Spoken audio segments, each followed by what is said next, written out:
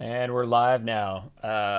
Welcome everybody to another episode of Friday Drum Hang. Today, I have Kyle Wilkerson joining from Nashville. Thanks for hanging out, Kyle. Yeah, man. Thanks for having me. Kyle's worked with a lot of Nashville area artists, including Maddie and Tae, High Valley, and now is the touring drummer for Michael Ray. I mean, if you want to add more to the list, feel free. But we were just talking about COVID times. You've been subbing for a lot of people now too. Yeah, man, for sure. It's been one of those things to where, like a bunch of people have had to, like obviously take care of their own families and, pretty much do whatever they need to survive in terms of like getting like other jobs or, like not being able to take certain gigs. Cause, like things in Nashville are starting to slowly pick up in terms of like, like video shoots and like maybe, like acoustic recording sessions for people to have albums coming out. So I've been lucky enough to sub in for some dear friends of mine who have had to, go on and get other jobs and stuff just to, weather the storm before we can really get back to touring and really doing music full time. So yeah, the past month has actually been kind of good for me. So. Well, that's good. Yeah. Glad you're staying busy. Yeah, trying to. Are there lots of like drive-in shows and stuff happening? Yeah, here and there, I mean, you just hear about, certain friends and certain camps that, maybe have just one drive-in show for the rest of the year or just whatever else. But it just seems like, that's kind of the trend, or doing shows in these like little pods, that you kind of see. But yeah, it's just mostly, mostly, like all of us are still sitting at home and trying to weather this thing so we can kind of get back to what we're meant to do. And, we didn't work our whole lives to just sit around, That's right. Just deflating, but it's fine. Yeah. Well, I mean, we could talk about that. I mean, we chatted a little bit before we got on the quote unquote air here, but yeah.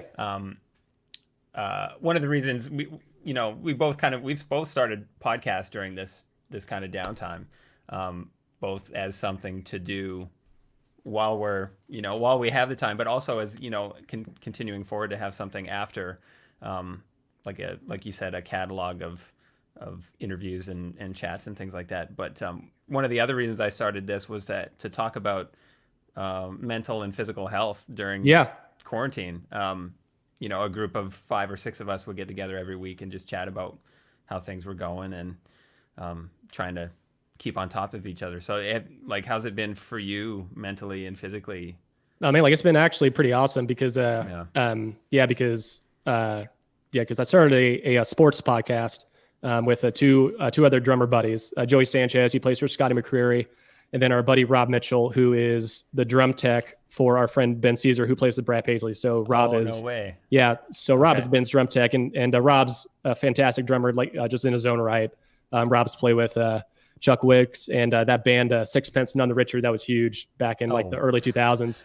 Cool. I mean, like Rob's awesome, and we have always had this group thread, just essentially just talking about sports, because I mean, like you find that musicians either love sports or they absolutely detest them. I mean, like there's no in between. I feel like like there's the people who are just like, oh, is there a game on nights? Oh, sports ball. I'm just like, oh, okay, just just hey, if you don't like sports, I know it's just like a recreational activity. Like it really doesn't matter in the whole scheme of life. Like I get it, but you know, there's a certain sector of us that actually enjoy it.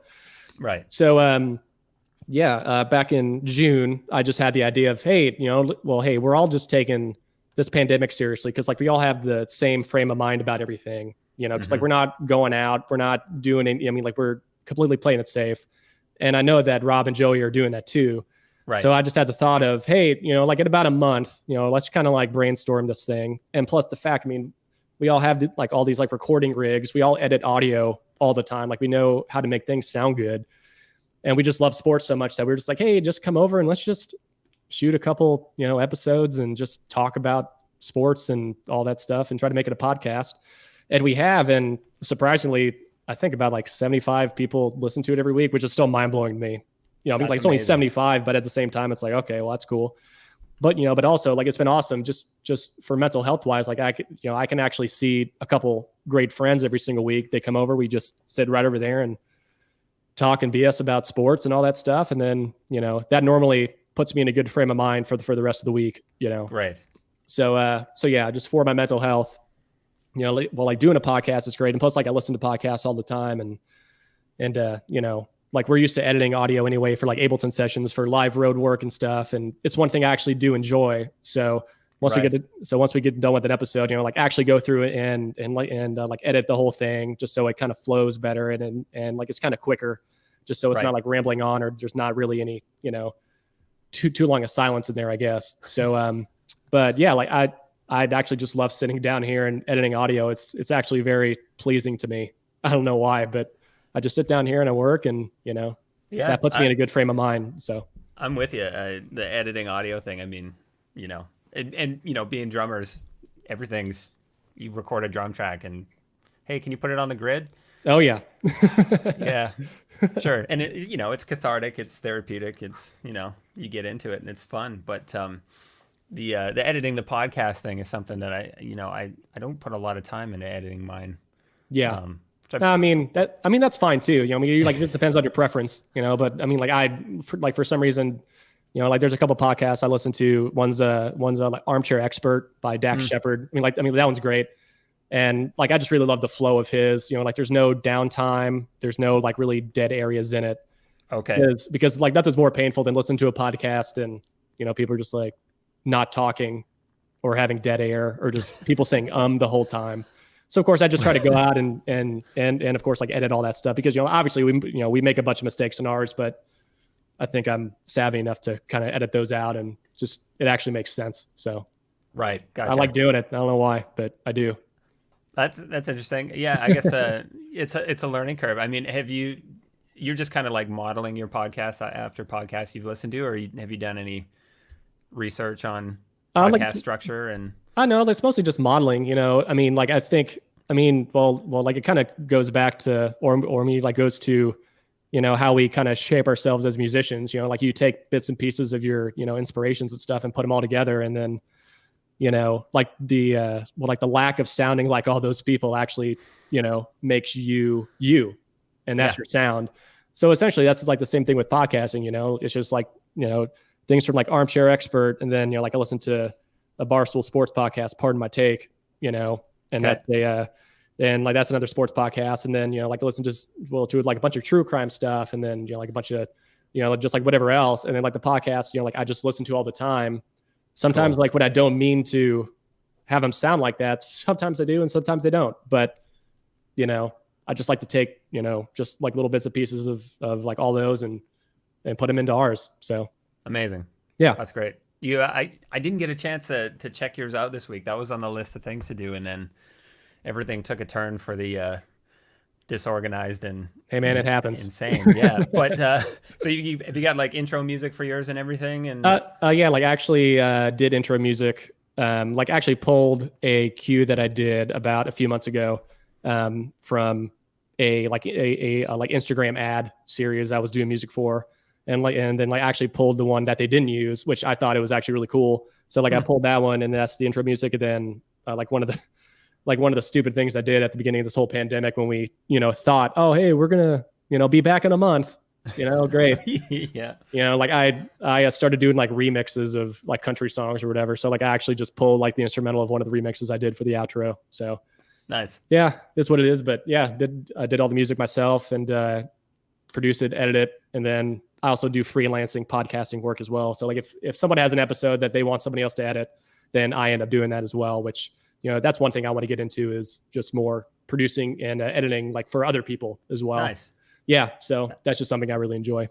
That's really cool. So that's all obviously done remotely too. People just kind of like transfer you or Dropbox you a thing and yeah, totally. And sometimes it's like sometimes it's like an iPhone voice memo because someone doesn't know how to use GarageBand or whatever. And I'm like, cool, I'll try to make this work. So, but like an iPhone actually doesn't sound too bad half the time. So true. Yeah. Actually for like drums, they sound really good too. Yeah.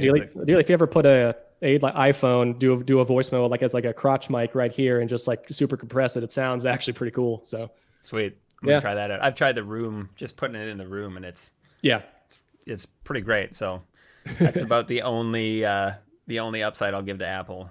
Really. For sure. Just ripping everybody off all the time. This podcast brought to you by Apple. They're gonna hate that. Yeah. So you're big into esports. So, like you play. Yeah.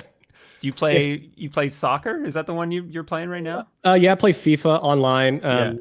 Yeah, and well, I mean, like I used to be like a really big video game person back in high school and college, obviously, because that's the time to do it. And then you grow up, and then you have a career, and you meet girls, I guess. Yeah, right. And then, but like the thing was, like the past couple of years with Michael, we've been like honestly traveling so much because like Michael's doing very well, like lucky to be a part of that whole thing. Right. It's awesome. Awesome. But like we found ourselves like on just like a bunch of cross country flights, like just like just a bunch of long bus rides. So like I broke down and bought a Nintendo Switch. Oh, because, because like our bass player has one. So of course he was just like, hey, y'all need to buy a Switch. Then one of our guitarists bought one, and then like I ended up buying one, and then like our other guitarist bought one. So like essentially, flying's cool, but once you do like the Nashville to LA flight enough, or Nashville to West Coast enough, that 4 hours, like it feels like a whole day. So like essentially, we all just got Nintendo Switches again, and then we ended up playing Smash Brothers because you can link them all together. Right. So, it was just mostly out of just boredom. Past a certain point, there's only so much you can do on your laptop or however many movies you can watch. And then once pandemic happened, I just ended up buying FIFA for it. And then now I just play online a lot, and there's some really great players out there, which I can't even contest to, but it's just one of the dumb things I'm really interested in as well is soccer and soccer video games. That's great. That pandemic's been kind of good for me for that. I bought a new studio computer and had to investigate all of the Mac OS games you can play on it on like Steam. Right. And rip through BioShock Infinite and a bunch of Portal and some other stuff. So yeah, for sure. So yeah, like I'm trying to work my way through my campaign through the like English Football League, because I think FIFA 21 comes out next month. So like I made a promise to Northampton Town I would take them all the way from League 2, which is the bottom league, all the way up to the Premier League that everybody knows about. So just one step away, man. I'm just almost there. That's crazy. Yeah. I didn't know there was a campaign mode for FIFA. Yeah, it's just like manager mode essentially. Yeah. And and my manager's name is Francois Travassier. He's he's actually French Canadian, which like you would be happy about. So I made this whole backstory during pandemic. So yeah, it's just sounds like you've got it all worked out. Too much time to think during shutdown, lockdown back when it was. So I guess it's still going on. So yeah, I'm thankfully getting back to the music side of things for sure. So you do lots of recording out of home too there, obviously. I've actually been because I've been lucky enough to do a handful of tracks every single month to keep some money coming in and all that stuff. So it's just one of those battles, like, as it's just like always investing money into your stuff, and then hopefully like your sounds are good from home, because like you always compare stuff to the radio, which like automatically you think, oh, like I know that stuff is gridded, I know they have samples, I know I realize that, but sorry. But but like trying to get all the stuff tweaked and as dialed in as possible is always the catch-22, because your pessimistic side of your brain's like, oh, my stuff's not good enough, but then people are just like, oh no, the raw sounds sound good, don't worry about it. But it's just always that inner battle. Totally. But I've been lucky enough to do some things down here, and like, as you probably know, like there's some months sorry, my brain goes quicker than my mouth sometimes. There's some months that are great, but then there's some months that you don't have any work, but that's the way everything goes in music. Yeah, for sure. And going back to the sounds, comparing sounds and things like that, and talking to Chris McHugh a couple of weeks ago about that, and he tracks stuff from home. It ends up on big stuff. Aaron Sterling, plays on huge records out of his bedroom. Essentially totally. In his house, right? So it's all kind of like what you make of it, and how much attention you pay to the details. I'm sure it's great. I mean, are there producers that you have kind of come up with through the scene that you're working with, or? It's just mostly just like songwriters and stuff, who just like need drums for like demos and stuff. But yeah, like there's a couple people that like I have like gotten calls back from that has been really great. But yeah, you know, I mean, like you're talking about, you know, like coming up through the scene, you know, like it's kind of like anything that you move to a new town and you just kind of want to, you know, meet and come up and come up with people that, you know, have the same mindset as you and the same goals as well. So yeah, like there's a couple of people like that in town who luckily I still do work for. So, Right. so yeah. Gotcha. Mm-hmm. That's great. I mean, Yeah. you know, the building relationships thing is massive. I did want to ask you about are you on the Innovative Percussion roster? Yes, I am. I've been with them for about, I think maybe 3-4 years at this point now. Awesome. Like Henry Go brought me on, and yeah, I'm with Innovative. And if any of it matters, like Innovative, Zildjian, Gretsch, and Evans drumheads.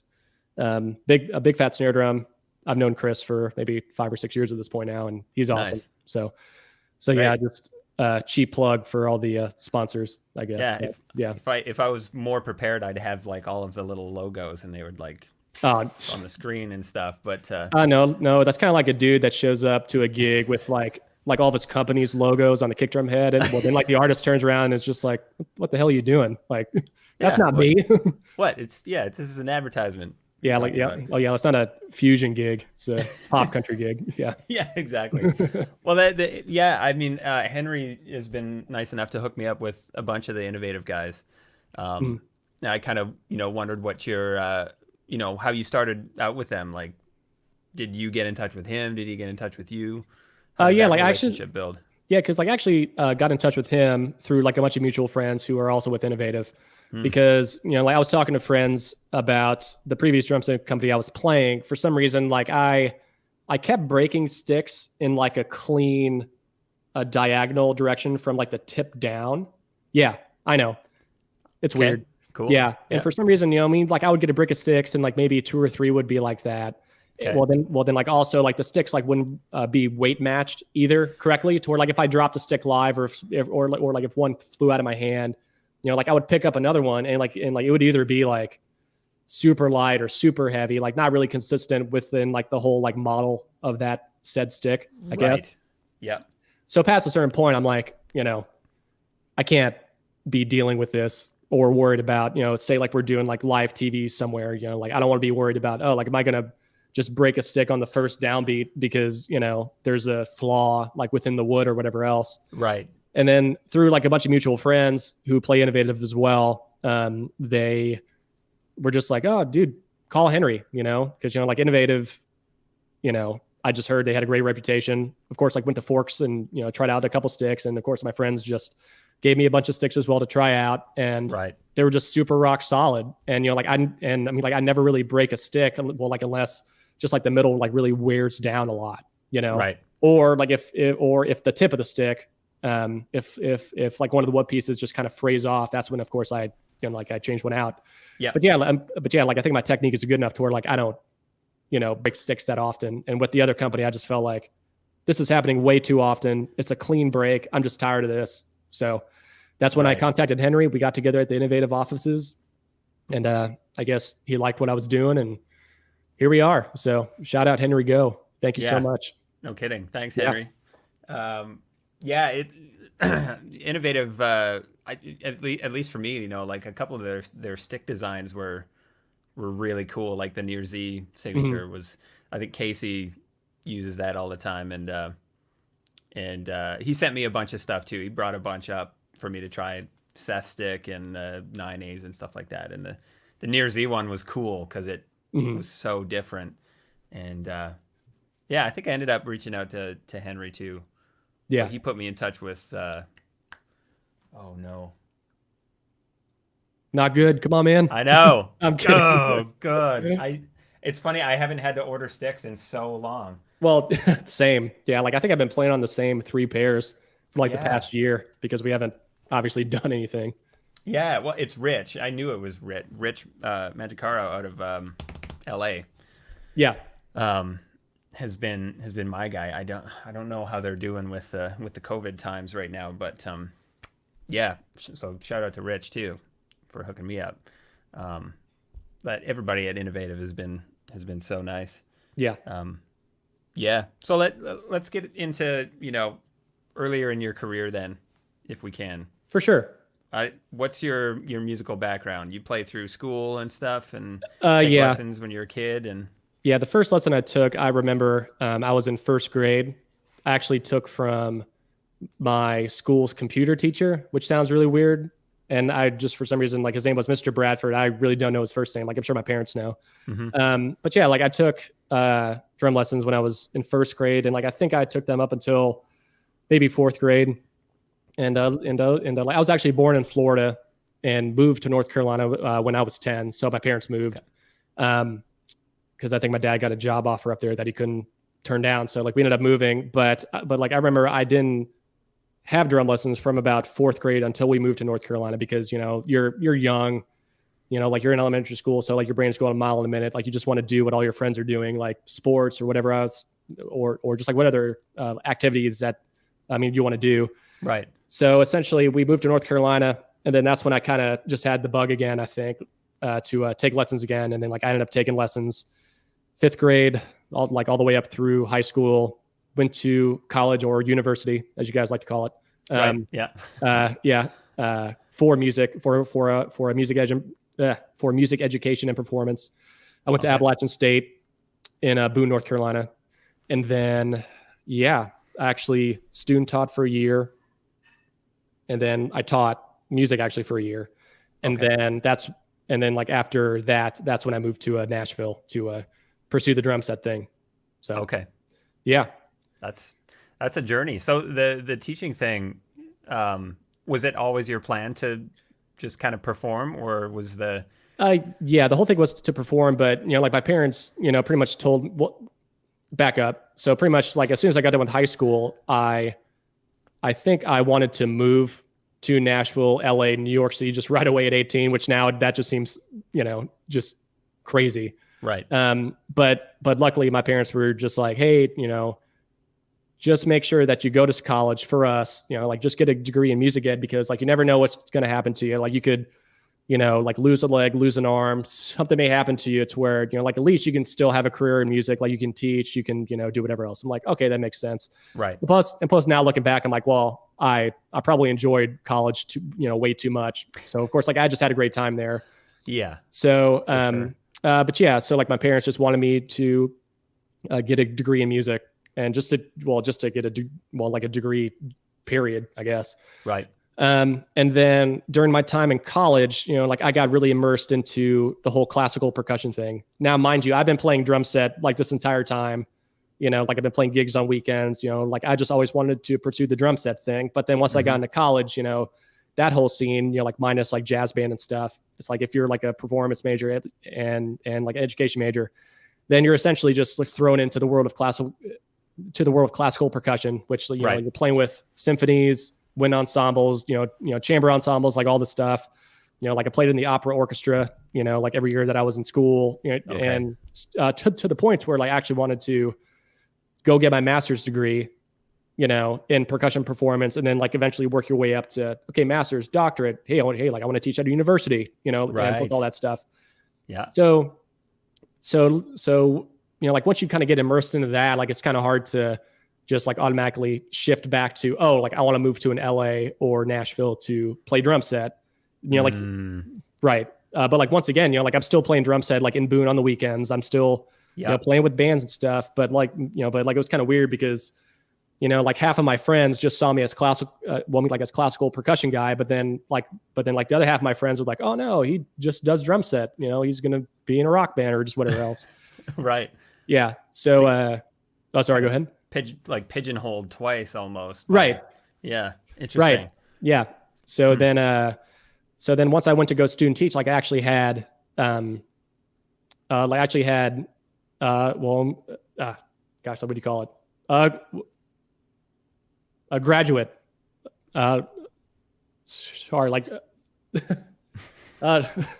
graduate percussion auditions scheduled. Okay. Sorry.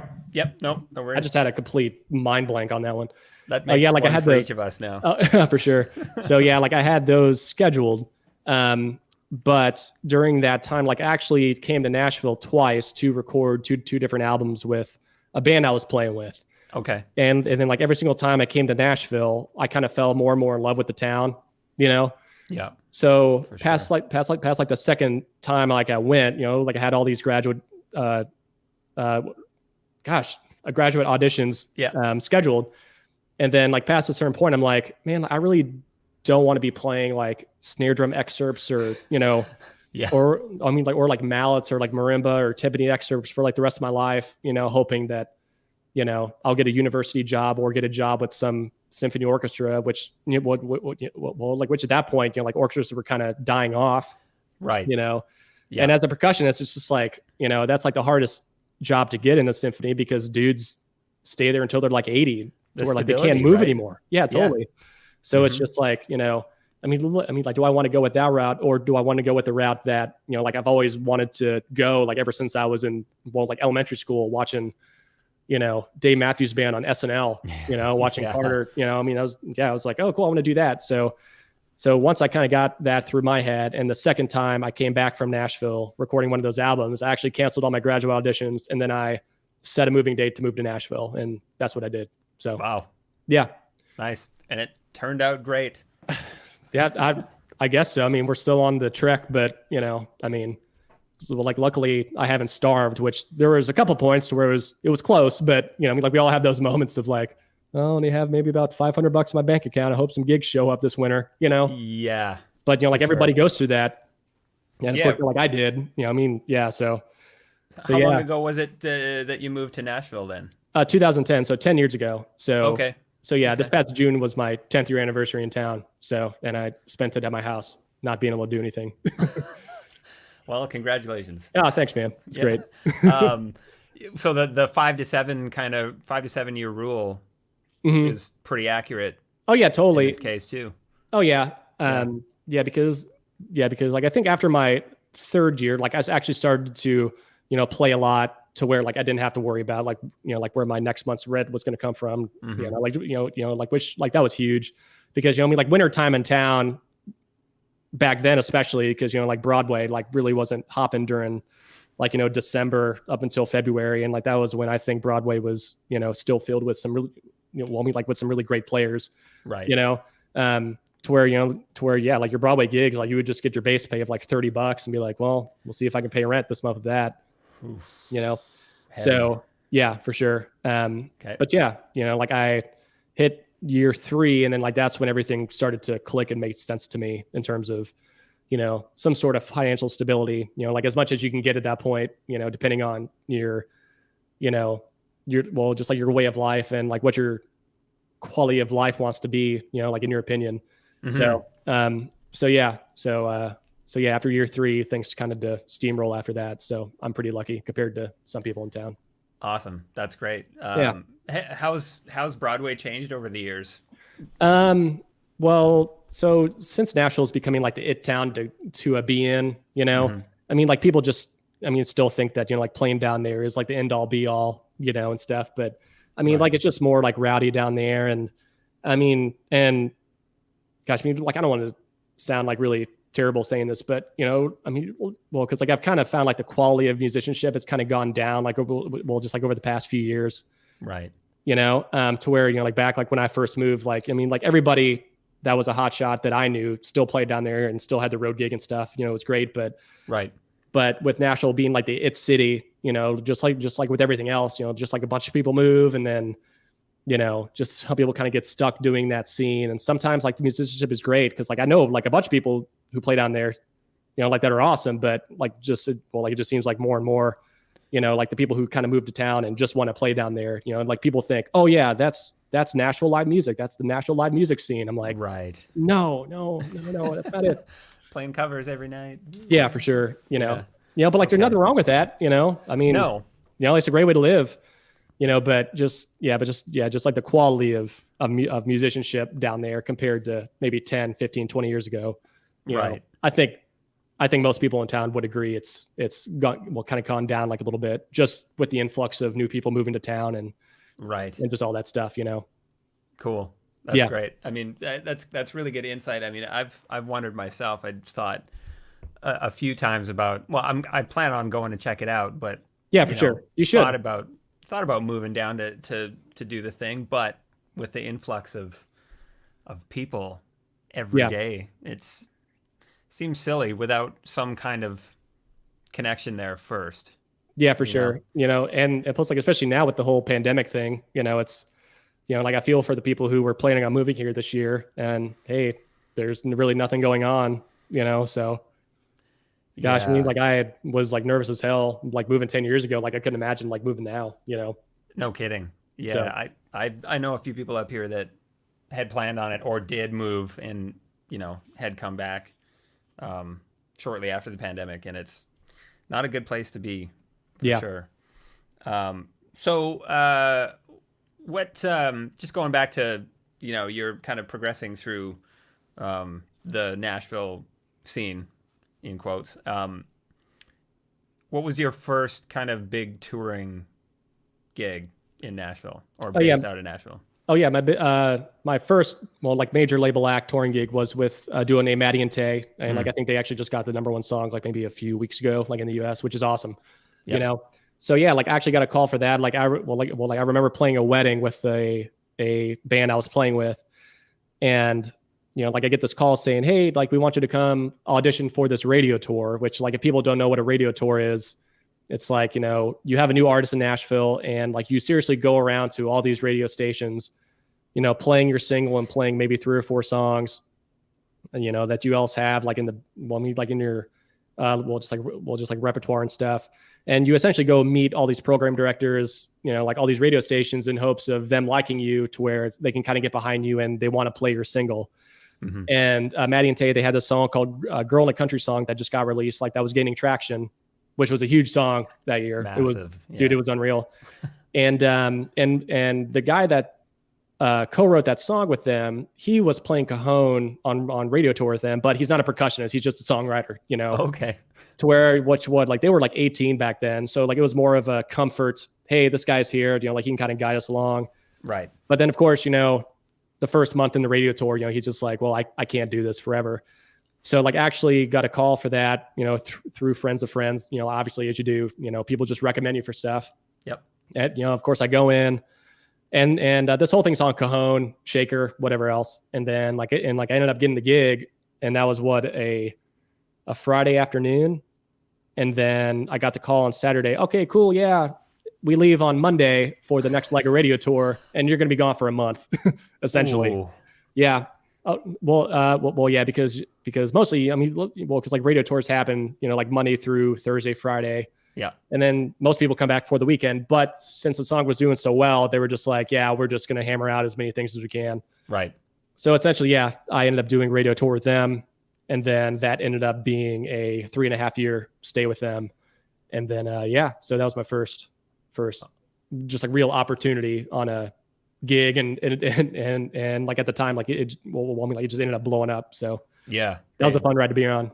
No kidding. Yeah. That would have escalated really quickly to obviously arena shows and that whole thing. What came after that? So like essentially, like on the tail end of that, and like the girls like were doing really great, but then for some reason, like just like the label that they were on, that was under the whole Big Machine label group, was going away. Dodd Records just like dissolved for some reason. Like I don't know why. Like maybe just, I think the girls like were the only successful act on that thing for quite a while. Okay, maybe.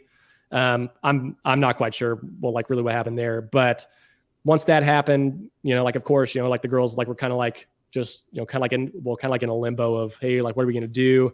Yep. To the point where like shows kept coming less and less, and then that's when I got a call to go play for Michael, because like one of my dear friends who's a guitarist in town, Lucas Chamberlain, he ended up calling me for the Michael gig because their drummer and TM, like he was doing both jobs, like that job, like started to be like, hey, like you have to pick one or the other. So like essentially he ended up being TM, and then Lucas ended up calling me for that Michael gig.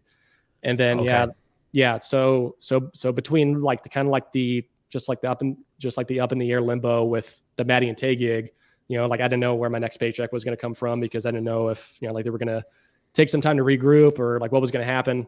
Right.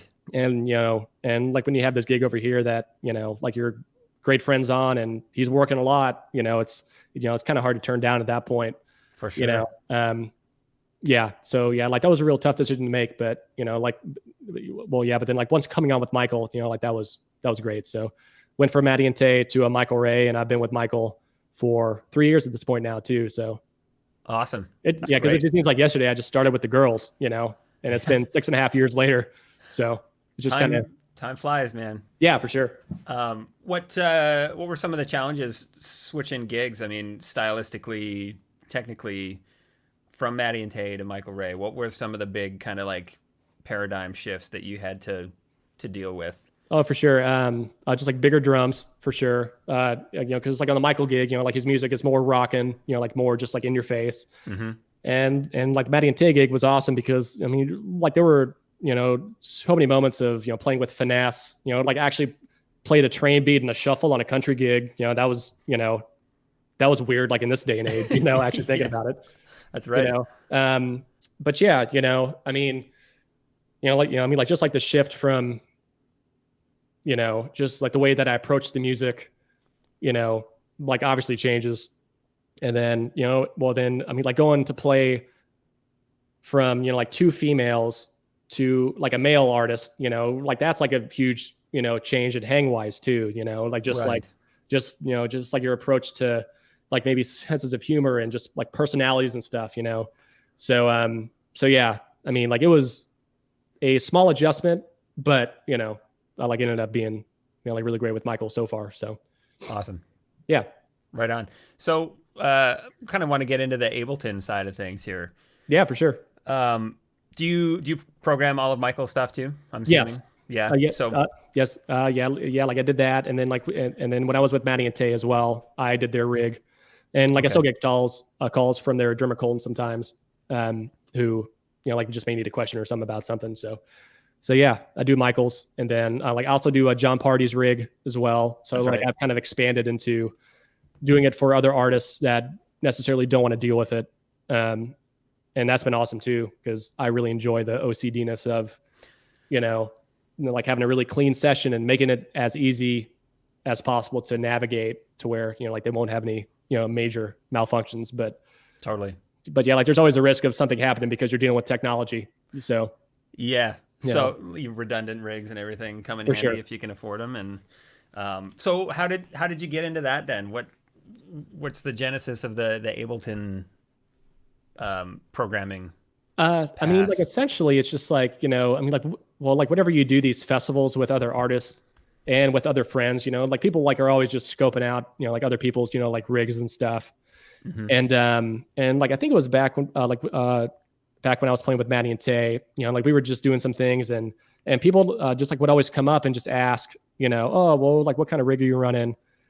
And for some reason, like a bunch of people like run it in like this, like they run it in like the spreadsheet view, like is what I like to call it. I mean, like just like the cell view. Oh yeah. Not anymore. oh, totally. Yeah. Yeah. And so people saw that I ran it, kind of like a Pro Tools session, like it goes from left to right, like it runs. Mm-hmm. And like they kind of see like the function of it just like a little bit easier than doing like the spreadsheet view, because like that kind of makes it more confusing than it really has to be, essentially. Yeah. Right. But then like once I started to like explain, well, no, like I run it like this, like I'm triggering certain sections, sorry. It's okay. Brain, it's all good. Brain before mouth. Yeah. I mean, like I'm triggering certain sections, like I can jump to certain parts of each song, or just pretty much like explaining, just like my mindset in running in a Ableton session like that. Mm-hmm. That's when people like started calling me just to even consult, to be like, oh hey, like what if I wanted to do it this way? And then like that then like that like ended up being, oh hey, do you just want to do this Ableton session for me, because it's just easier. Like you just do it and kind of teach us like essentially what you're doing. Right. Then like your typical word of mouth thing in Nashville, it's like, oh, well, Kyle does this. He's starting to get into it. Call him. Great. And then that's how it kind of snowballs and it kind of works out. Right. Excellent. So when did you start working with Party's crew then? Like I started working with him once Kevin Murphy started playing drums. Like, yeah. Cause like, I don't know if you know, Kevin, Kevin's great. Mm-hmm. And Kevin's, like he's a dear friend in town too. So like essentially, like their old playback guy, he kind of ran it, just like in a very difficult way. You know, like if that makes any sense. I mean, like I'm not trying to throw like anybody under the bus, but I mean, like you're trying to search for a small box. Well, I mean, you'd like the small box. Well, just like on an iPad, you know, like, yeah, I mean, like you're trying to trigger stuff and like you're playing like arenas just so it's dark and like you're sweaty and you're trying to touch like this one small thing to trigger a song. And Kevin's just like, no, I'm not going to do that. Right. Okay. So like essentially like he ended up calling me to do his rig just because like he saw, you know, I mean, like he saw like what I was doing like with Michael and just a few other people. So essentially, yeah, like that call, like, yeah, like ended up being 2 years work, you know, like at a party. So that's been a good relationship running. And I'm assuming once they kind of get back at it, I'll have to reprogram some new tunes and all that stuff. So yeah, hopefully so that's how that record is great. Oh, it's awesome. Yeah, for sure. Yeah. So differences in rigs between, you know, somebody at John's level, somebody at Michael's level, and some of the, you know, maybe, I don't want to call them like B circuit, but, you know, like smaller artists, like. Oh, for sure. Well, yeah. I mean, well, yeah, because like it all just depends on, you know, like they can afford a like redundant rig or not, you know, and but like with all the Play Audio stuff, like that's actually just like reasonably priced, you know. I mean, like you could have like a like whole new redundant rig just for the cost of just buying the extra laptop, essentially. You know, 'cause like if you just, you know, buy like a Play Audio 12, you know, that already has like a redundant switcher like inside of it that has 10 outputs on the back. That's so like essentially it's just like, hey, just spend an extra $1,200 on, well, like a B computer, you know, like if you're an artist, and boom, you know, that's you know, I mean, that's it essentially. Yeah. That's crazy. Right. But then like you see like all the artists that, you know, like a Sam Hunt or like a One Republic, you know, like their playback rigs are just like insane just because like they're running, well, like a bunch of like MIDI mapping changes for like all the instruments, you know, like they're running sounds through like different laptops that kind of coordinate, which, you know, I mean, like that kind of coordinate like with each other. Right. So that's its own, you know, huge animal, you know. Right. But, you know, like 90% of the dudes, you know, it's just, I mean, like in essence, just like a redundant rig, and that's pretty much it. So. Right. Yeah. Amazing. Yeah. It's super easy. I mean, like people, I mean, like just want to make like all this stuff more complicated than it has to be. But I mean, like in all honesty, it's just, I mean, like once you wrap your head around it, it's like, oh, that's it. Okay, great. Yeah, that's easy. Yeah. You know, I took that lesson from you a few weeks ago there, and, you know, completely changed how I want to do things. And it's so much easier. And, you know, just having it there beside me, scrolling by is just like, that's nice. That's great. Yeah. And plus, like it's a good cheat sheet to where like if you ever get lost in a song, it's like, oh, you can like kind of look over like at the markers that you make, and then, well, then now like at this point, if I sub in for friends that like I don't want to, you know, have my eyes like on the chart the whole time, you know, like I can actually like read waveforms now. That's right. Like, oh, this is probably gonna be a stop right here. Oh, guess what it is? Because you see the silence in it. So I'm like, oh, cool. Oh no, I was just checking the tracks, make sure we're good. That's fine. Yeah, so. That's right. Oh, it's great. Yeah. I love anything to make the gig less stressful, you know? Yeah. Oh, awesome. So have you taken any lessons recently from anybody? Is there anything that you're working on yourself right now? Do you have time? Well, like I think the last lesson I took was about 1.5 years ago. I actually flew out a day early to LA because we were supposed to do some stuff out there, and like I actually took a lesson with Dave Elich. Nice. And yeah, that was awesome. You know, like that. Well, I mean, like it kicked my ass, obviously, but you know, I mean, like it was a good reminder of posture and just like technique and all that stuff, like how to feel just like released, just in terms of like all your body movements and stuff. Right. But yeah, that was the last lesson I took. But like just like the stuff I'm working on now is, you know, like doing more recording from home, just, you know, just straight off the bat, trying to lock in with the click. You know, like whether like within Logic or Pro Tools, because like there's sometimes I just feel like, you know, well, like it takes me a couple takes to just like really, you know, okay, cool. Like I'm centered, because like my groove is centered right now. And like, I feel like I'm not, you know, battling the click, you know, like in certain like recording senses and stuff. Yep. So like, I'm trying to, you know, just work on hitting down, just hitting record. And then hopefully like the first pass of anything, like will just feel just like immensely better than like all my other first passes from, you know, like, you know, days or weeks or months ago. Right. So yeah, doing that. And then, like just trying to keep, you know, like my hands and feet kind of going through this time. just so like when we do go back and play, like a live show, I'm not just huffing and puffing and just being like, oh crap, I should have spent more time doing drum cardio, Yeah. I hear that big time. Is there anything that you've come across that really helps you just kind of, launch into a tune consistently with the click? Is there any? Yeah, like I think it's just more just, like internalizing tempo, and being super attentive, just like right off the bat, like instead of having that first measure of, oh, this kind of feels weird to me, but then like locking it in, like measure 2 or 3. And like, I just think that's more mental than anything else. Right. Yeah, because, like obviously like, well, there's a bunch of stuff going on in the world, like you may have personal problems, like you may have like all this stuff going on, but like as soon as like you hear a count off or count in or just whatever else, it's like, yeah, like that first downbeat just needs to be there. Yeah. Like you just need to be all in. And for me, I think that's all mental, because I mean, like past a certain point, yeah, like we're all capable players of, of doing it. It's just, like I think like the really good players kind of are always attentive, like just like right off the bat. And then just from the get go, they're good to go essentially. Yeah, definitely. After, before or after the Elitch lesson, have you been into meditation at all? Have you got into that whole? Oh yeah. thing? Yeah. Well, yeah, that. And then like also try to do some yoga, like at least once a week as well, just, like trying to get like like trying to get my mind centered. And then, yeah, just like I said before, like once your mind is centered, I think that's like obviously half the battle right there. Absolutely. Yeah. I mean, I do know that Dave is a huge proponent of the mental side of things along with the physical. So that's good to know. For sure. I found that running a lot for me has been kind of like that, blast some tunes and go for a quick 5K and, for sure, come out of it a little bit more centered. But yeah, awesome.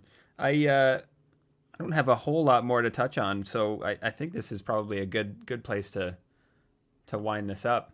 For sure. Yeah, man. Cool. I mean, so yeah, thanks for coming and hanging on a Friday. I think I need to rebrand this thing. Even during a pandemic, Fridays are just like, they're terrible for getting musicians to do stuff and people to watch the thing. But there might be a rebrand in the future. But yeah, man, there you go. Yeah, thanks, dude, for coming and hanging out. For anybody watching, this will be available on YouTube and on my Facebook page and on Apple Podcasts.